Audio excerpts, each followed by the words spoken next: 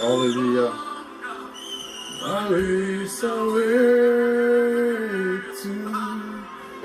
Que Dieu vous bénisse abondamment.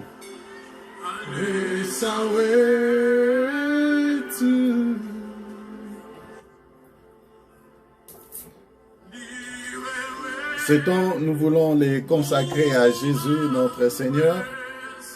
Ces temps, c'est pour lui, c'est lui qui règne à jamais. C'est votre frère, votre serviteur, le pasteur Brice Kongolo.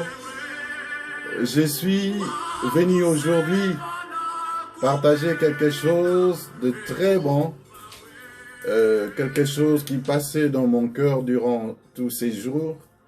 Alors j'avais trouvé mieux de partager cela ensemble avec nous. Je vous prie premièrement de partager la vidéo, de parler à nos bien-aimés, nos frères, nos sœurs, que nous sommes déjà là et nous sommes de retour dans nos vidéos, nos programmes de live. Alors que Dieu vous bénisse abondamment. Nous allons aujourd'hui, pendant quelques minutes, nous n'allons pas passer beaucoup de temps ici, dans ce lieu, mais seulement quelques minutes, je vais entrer chez vous, dans vos maisons, partager une parole. Bien-aimé, c'est en fait une parole qui montait dans mon cœur. Alors, je me posais trop de questions par rapport à cela et Dieu a posé réellement une parole dans mon cœur. Et cette parole est très forte. Alors, je n'aimerais pas ici vous donner plusieurs versets bibliques. Je n'aimerais pas ici vous charger des choses. Je n'aimerais pas ici prendre tout votre temps. Je n'aimerais pas prendre tout votre temps. Mais seulement nous allons parler de quelque chose de très important qu'on appelle la sagesse et la science. La science. Vous savez, j'étais en train de méditer sur Proverbe et la Bible dit dans Proverbe 1, le verset 7, la Bible dit « La crainte de l'Éternel est le commencement de la science. Les insensés méprisent la sagesse et l'instruction. » La crainte de l'Éternel est le commencement de la science. Alors quand je lis ces morceaux, ça m'a vraiment touché et puis j'étais en train de me poser des questions. La crainte de l'Éternel est le commencement de la science. Ah, ça c'est bien. Bien-aimé, la science commence par la crainte de l'Éternel. C'est-à-dire, si tu veux dire que tu es intelligent, si tu veux dire que tu es capable, tu as des capacités de t'adapter dans des domaines, je ne sais pas, des domaines quelconques, sache-les très bien que ces capacités-là commencent par la crainte de l'Éternel. Or, quelqu'un peut me dire, mais quand j'étudie, je suis intelligent. Oui, bien sûr, tu t'appliques, tu pars à l'école, tu étudies, mais tu es intelligent. Mais si la Bible parle de la crainte de l'Éternel, la nuance, c'est-à-dire la Bible ne parle pas seulement de l'intelligence, la capacité que nous avions tous de s'adapter, mais la Bible parle de la crainte de l'Éternel au départ. C'est-à-dire, si tu veux dire que tu es réellement intelligent, il faut savoir, se poser la question, est-ce que je crains l'Éternel? Parce que dans la vie, il y a des choses. Vous savez, Lucifer, l'ange qui a été chassé, on l'appelait Lucifer, qui veut dire, n'est-ce pas, l'ange de lumière. Et en d'autres termes, on peut dire que l'ange de la connaissance. Parce que quand on te dit que tu es flou, c'est que tu ne connais rien. Quand on te dit que tu es éclairé, c'est que tu as la connaissance. Et il y a une connaissance des côtés, il y a une autre connaissance de l'autre côté. Mais la bonne connaissance que la Bible nous parle maintenant, c'est la connaissance qui émane de la crainte de l'Éternel. Ça vient de la crainte de l'Éternel. Et c'est la bonne connaissance. Et la Bible quand la Bible dit les insensés méprisent la sagesse et l'instruction. C'est-à-dire, il y a une catégorie de gens qui méprisent la sagesse, qui méprisent l'instruction. Mais ici, nous allons un tout petit peu savoir que ce que veut dire la science. Que ce que veut dire la science. Que ce que veut dire la science. Et la science, c'est l'ensemble des connaissances générales, selon les dictionnaires. L'ensemble des connaissances générales. Le savoir-faire que dans la connaissance, l'expérience, l'habileté, c'est la connaissance, la science plutôt. Mais en grec, la connaissance veut dire gnosis. Gnosis. En hébreu, on dit da ou dea. Tout ça veut dire la connaissance. Mais lorsque la Bible nous parle de la science ici, la Bible ne parle pas de cette science-là que nous allons à l'école pour apprendre. La Bible ici parle de la connaissance. Et la Bible dit que la crainte de l'Éternel est le commencement de la connaissance en d'autres termes. C'est-à-dire, lorsque tu commences à craindre Dieu, tu commences à connaître des choses. Parce que la Bible dit, mon peuple périt faute de la connaissance. C'est-à-dire, parce que tu es ignorant, tu vas périr. Et tu péris tous les jours. C'est-à-dire, dans ta vie, il n'y a pas de progrès, il n'y a pas un mouvement de l'avant. C'est-à-dire, il y a plusieurs choses qui te font pleurer dans ta vie. Il y a plusieurs étapes de la vie ou alors plusieurs points dans la vie qui te font pleurer. Parce que tu manques la connaissance. Or, la crainte de l'Éternel est le commencement de la connaissance. Si tu veux, tu peux dire la science. Voyez un peu, bien-aimés dans le Seigneur. C'est-à-dire, nous, chrétiens, nous devons nous poser des questions. Est-ce que j'ai la connaissance ou je n'ai pas la connaissance? Peut-être tu es intelligent à l'école. Mais ici, cette science, on ne parle pas comme sujet de l'intelligence ou une personne intellectuelle ou capable de faire je ne sais pas quoi. Ici, c'est au niveau de la connaissance. Au niveau de la connaissance. Vous savez, quand la Bible parle de la connaissance, les Hébreux ne parlent pas seulement de cette connaissance intellectuelle. Ils parlent de la connaissance, de la science, de la création, du débit. Quand ils parlent de la science, ils ne voient pas seulement l'intelligence. Ils ne voient pas seulement quelqu'un qui se défend bien. Mais ils voient la création, le début. Et dans la création, ils voient comment est-ce que Dieu a créé le monde. Bien-aimé, quand tu vois la manière dont Dieu a créé le monde, tu vas dire que c'est la science. Et puis, tout ce que nous étudions, c'est tout ce que Dieu a créé. C'est-à-dire, le maître de la science, c'est Dieu. N'est-ce pas que c'est Dieu qui a créé l'univers? N'est-ce pas que c'est Dieu qui a créé les hommes? N'est-ce pas que c'est Dieu qui a créé la forêt, les animaux, les soleils, la lune, les étoiles? Qu'est-ce que tu peux étudier que Dieu n'a pas créé? C'est pourquoi la connaissance, la science elle-même vient de Dieu. Et les Hébreux voient ça au départ, ce que Dieu a créé. Dieu a créé l'homme, il a créé l'univers, il a créé la femme. Mais il les a encore donné une parole de connaissance. Écoutez, il y a des arbres dans la forêt, l'arbre du bien et du mal, et un arbre de la vie.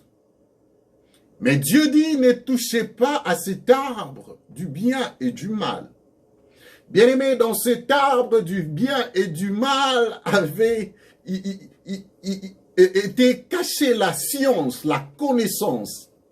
Vous voyez, dans cet arbre, c'était la connaissance du bien et du mal. Et lorsque la Bible dit la crainte de l'Éternel est le commencement de la science, la Bible dit que la crainte de l'Éternel est le commencement de savoir, de connaître le bien et le mal. Le bien et le mal. Parce que quand Dieu a créé l'homme, bien-aimé, souvenez-vous que Dieu a créé l'homme libre de faire son choix. Mais Dieu injecte à l'homme une parole de la sagesse, une parole de l'intelligence, une parole de la connaissance par rapport à l'arbre qui est au milieu du jardin. Et aujourd'hui, quand nous parlons de la science, nous parlons de la connaissance, le peuple de Dieu sont en train d'ignorer. Ils sont en train de vivre une vie normale, ignorant la connaissance. Mais la Bible dit, les insensés méprisent la sagesse et l'instruction. Les insensés méprisent la sagesse et l'instruction. Bien-aimé, si tu es chrétien et que tu méprises l'instruction, tu dois faire attention. Parce que je pense que tu seras en train de servir quelqu'un d'autre sans le savoir. Tu as besoin de l'instruction, tu as besoin de la sagesse.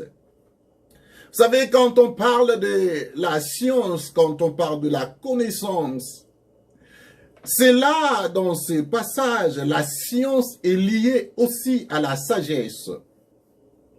Parce que, comme on avait dit que en hébreu, la science veut dire da'at, qui est D-A-A-T, cela est associé à un mot qu'on dit kokmaha, kokmaha, qui veut dire aussi la sagesse. C'est-à-dire quand la Bible parle de la science, la Bible associe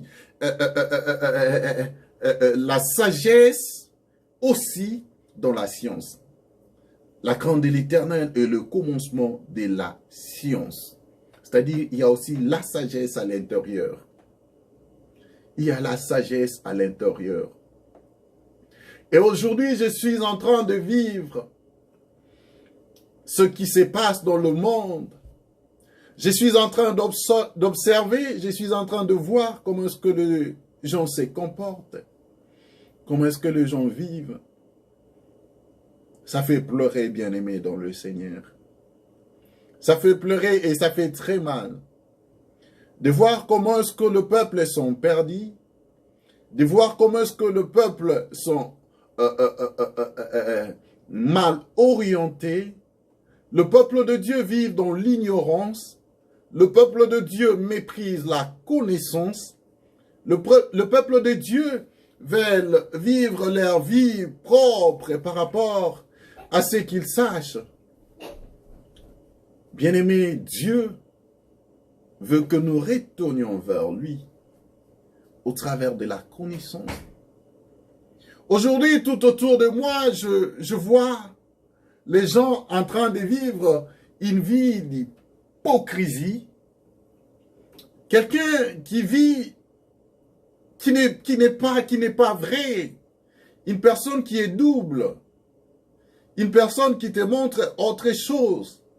Mais dans son intérieur, il y a autre chose. C'est ça l'Église. C'est ça les chrétiens. Même le pasteur, quand ils disent autre chose, mais dans leur cœur, dans leur manière de faire, c'est autre chose. Et ils disent que c'est la connaissance. C'est quelle connaissance qui ne craint pas Dieu? C'est quelle connaissance? C'est quelle science qui n'a pas Dieu, qui n'a pas comme soubassement la crainte de Dieu? Bien aimé, la connaissance arrive quand on obéit à la parole de Dieu. Je parlais d'Adam et de Ève au jardin. Dieu les a parlé de ne pas toucher cet arbre. Mais ils ont écouté l'ennemi, ils ont écouté les diables, ils ont touché à l'arbre. Ils ont eu une connaissance, bien sûr. La Bible dit, leurs yeux s'ouvrirent et ils connaissent qu'ils étaient nus. C'est une connaissance, bien sûr, mais qui amène vers le mal. L'homme habité par la connaissance du bien et du mal. Une personne qui est habitée par la connaissance du bien et du mal. Bien, mais la Bible dit quand vous êtes devenu une nouvelle création, la Bible dit les choses anciennes sont passées et toutes choses sont devenues nouvelles. Voilà. C'est-à-dire que dans toi, il n'y a pas le mal dans toi. Il y a le bien dans toi. Quand tu parles, quand tu agis, tu engendres le bien. Tu engendres la vie. Pourquoi? Parce que dans toi, il y a le bien. Et ce bien-là commence par la crainte de l'Éternel. Bien-aimés, vous savez, aujourd'hui, nous les chrétiens, nous sommes... Oh, on s'en fout, je ne sais quoi dire, on s'en fout de ce que la Bible dit à cause de l'hypocrisie. On s'en fout de la science de Dieu à cause de l'hypocrisie. On s'en fout de tout. Nous avons formé une sorte de vie. Nous avons formé une manière de vivre remplie de l'hypocrisie, remplie de la haine, rempli de fruits de l'ennemi, des diables, rempli de tout mot. Je ne sais quoi dire, mais je ne suis pas là pour condamner. Mais c'est seulement cette réalité que nous sommes en train de vivre dans nos églises. Des personnes doubles, mais qui disent qu'ils ont la crainte de Dieu. Non, non, non, non. La Bible dit la crainte de l'Éternel est les commencements de la science. Et la science ici, c'est la connaissance de la parole de Dieu. La science ici, c'est la sagesse. La sagesse.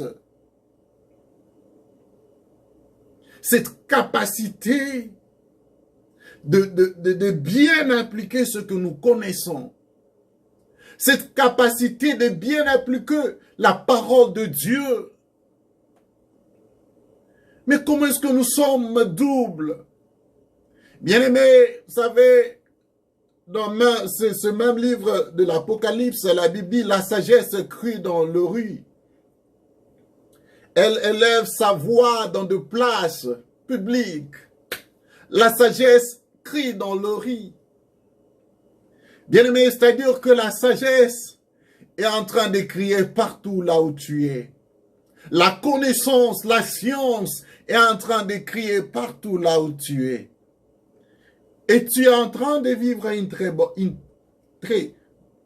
bonne vie. Et tu es en train de te mentir toi-même. Penses-tu que tu es en train de tromper Dieu? Parce que tout autour de toi, tu peux même lire. Tout autour de toi, tu peux même voir et comprendre ce que nous sommes en train de faire est mauvais. Notre vie n'est pas droite. Nous ne craignons pas Dieu.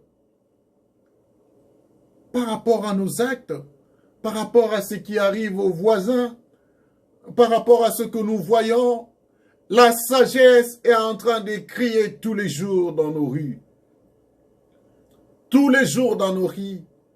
Mais seulement le peuple de Dieu trouve un moyen de vivre dans l'hypocrisie, dans la haine, dans la jalousie. Quelle honte pour nous chrétiens. Quelle honte de vivre cette vie pour sacrifier son éternité. Je vais seulement interpeller une personne. Je vais dire à une personne que tu es en train de sacrifier ton éternité en ignorant la crainte de l'Éternel. Quand tu ignores la crainte de l'Éternel, bien-aimé, tu sacrifies ton éternité. Quand tu ignores la connaissance, quand tu vis comme les insensés, tu sacrifies ton éternité. Tu sacrifies ton éternité. La sagesse crie aujourd'hui. La sagesse crie dans ta maison maintenant. Bien-aimé, réponds-toi correctement. Si tu veux avancer, vous savez, la Bible dit, dans le verset 26, la Bible dit, moi aussi je rirai quand vous serez dans le malheur. Je me moquerai quand la terreur vous saisira. Parce que tu ignores la connaissance. Parce que tu ignores la sagesse de Dieu. Il dit, moi aussi, je rirai de vous. Je me moquerai de vous. Quand tu fais semblant de vivre cette vie de l'ennemi, quand tu fais semblant de vivre la science de Dieu, ce que la Bible dit, quand tu fais semblant de vivre la connaissance de Dieu, bien-aimé, un jour, Dieu va rire de toi. Il se moquera de toi un jour. La crainte de l'Éternel est le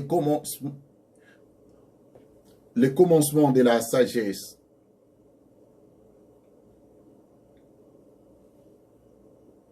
La crainte de l'Éternel est le commencement de la sagesse. Tu veux me dire que tu es sage? Est-ce que tu crains Dieu? Tu veux me dire que tu es un super pasteur, un super chantre, un super adorateur, un super intercesseur? Est-ce que tu crains Dieu? Tu n'es pas double. Tu es réellement toi. Tu es fier d'être ce que tu es. Ton cœur témoigne que tu crains Dieu. Bien-aimé, ne sers pas Dieu pour que Dieu rire de toi après. Ne sers pas Dieu pour que Dieu se moque de toi après. Ce n'est pas le souhait de Dieu. C'est toi, tu es libre. Tu as le libre choix. Comme Adam et Ève. Ils avaient le libre choix de choisir de manger cet arbre ou non. Tu as le libre choix. Tu as le pouvoir de dire non au mal. Tu as le pouvoir de se décider de dire non, je ne veux pas cette vie de double personne. Je ne veux pas de cette vie. C'est là où commence la sagesse et l'intelligence, la crainte de l'Éternel. L'obéissance de ce que Dieu nous dit. Arrêtons avec cette vie de double face. C'est pas bien pour nous, c'est pas bien pour toi seul. Jésus veut te rendre libre. Jésus veut te délivrer. Il veut te donner la vie. Et la Bible dit la vie en abondance. Jésus veut te faire du bien. Il veut te dire, fils, écoute l'instruction de ton Père. Il veut te dire, fils, voici le chemin. Le chemin qui nous amène dans la victoire. Le chemin qui nous donne le succès, la joie, l'abondance. Jésus veut te faire du bien, il veut changer ta vie. Bien-aimé, à tout moment, quand je pense à mon éternité, j'ai dit, Seigneur, laisse-moi vivre ma vraie version de vie. Seigneur, laisse-moi être vrai. surtout pour toi. Parce qu'après cette vie, il y a une autre vie. Bien-aimé, vous savez, la Bible dit nos jours sur la terre est réduit. C'est tellement réduit que 120 ans, c'est seulement pour le plus robuste. Et tu peux penser à ta vie. Aujourd'hui, la vie est compliquée. Je vois les bébés en train de partir. Les jeunes, les vieillards, tout le monde. La vie est courte. Pourquoi veux-tu vivre ta vie dans l'hypocrisie? Pourquoi veux-tu avoir de face? Pourquoi? C'est pour ton bien. C'est pour ton bien d'être vrai devant Dieu. La crainte de l'Éternel est le commencement de la sagesse. La crainte de l'Éternel est le commencement de la sagesse. Le commencement d'une nouvelle vie. Le commencement de la victoire. C'est-à-dire ton éternité est sûre. Ta vie dans le futur est sûre. Tu as une place. Tu as une place au ciel. Ah, je bénis Dieu pour ces moments. Je bénis Dieu aussi pour toi qui a l'occasion de suivre cette vidéo. Je prie que Dieu te fasse du bien. Je prie que ton corps soit détourné du mal. Et je prie, si tu es hypocrite, que tu changes, que les changements entrent dans ta vie. Bien-aimé, il y a des choses que nous ignorons. Peut-être ta face là, ta face là que tu donnes n'est pas toi réellement. C'est pas toi le motivateur. Peut-être l'hypocrisie que tu fais, ce n'est pas toi le motivateur. Un jour, le diable les a dit, mangez et vos yeux s'ouvriront, vous deviendrez de Dieu comme lui.